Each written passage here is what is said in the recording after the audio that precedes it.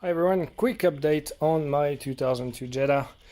I was replacing the actuator and you will understand why. This is what's left of it, and this is the other piece. That is now out, which makes me really happy. It took me about an hour and a half to take out, so it's not a small job. It's very rusty down there. It's kind of difficult to access. There's not a lot of space. Although removing the air hose here was definitely helpful, so going from the EGR to the air intake, and disconnecting the big air intake hose that's running in the back here, and that goes to the turbo, so the turbo is exposed right now. Put some light on here. So that's the entrance of the turbo down there, and yes, removing that hose was definitely helpful. The reason being is that there is a big clamp on it. I cannot quite get to it actually, but there is a big clamp that wraps right around the turbo intake here, and this clamp is really hard to remove. It's one of these clamps similar to that one here. You need to get a pair of pliers in there. I wasn't able to do it, so I disconnected the intake from the airbox. And then just basically kind of spun it around. The clamp released. Actually, this whole thing is loose right now. I could take it out. It's a rigid plastic, so it's a little bit of a drag to take out, but it should come out. And because everything is disconnected, there we go. Actually, I'm gonna have to take it out because the clamp is still on it. There you go. And that clamp was extremely hard to take out.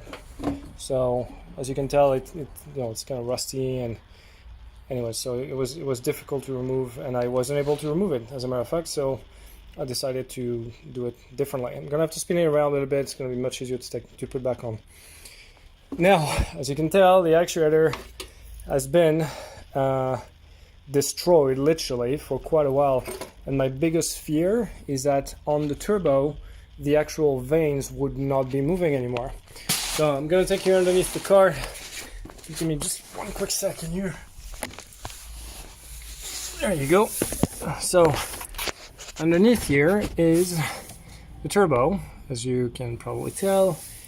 And luckily, if I go all the way up to where the actuator actually connects, which I'm trying to get to, there we go. So this is my turbo and the air inlet, and let me actually just focus here. There is the control vane, or the little lever that controls the vanes, which we cannot really see it from here. Be able to see it from there. Yeah, that's actually all the way up there, and if you listen to it. I'm going to try to get a little closer here. By luck, it did not jam, so it's loose. It was stiff, and it was definitely corroded, and it was it wouldn't move because the actuator was dead for so long when this seized up, right? So I tried to push it really hard, and I felt a little bit of movement, and then added some WD-40 to the mix, and it's moving freely now, which makes me really happy, because that was actually one of my biggest concerns, is that this would be completely jammed and seized up, right? So that's where I'm at. I'm waiting for the new actuator coming from Amazon. This is actually a fairly inexpensive part. It's about $50. I'm gonna place it back on there. It comes with a bracket, so it's gonna. I'll see actually whether I'm reusing the bracket here, because there is a bracket that's on there. It's pretty old and rusty, so I'll take a look at it. But the main bracket that's actually connected to the turbo, you can still see it there. It's on the left here. I would need to zoom in. Yeah, right there. You can see it here, and it's at the bottom of the turbo right there.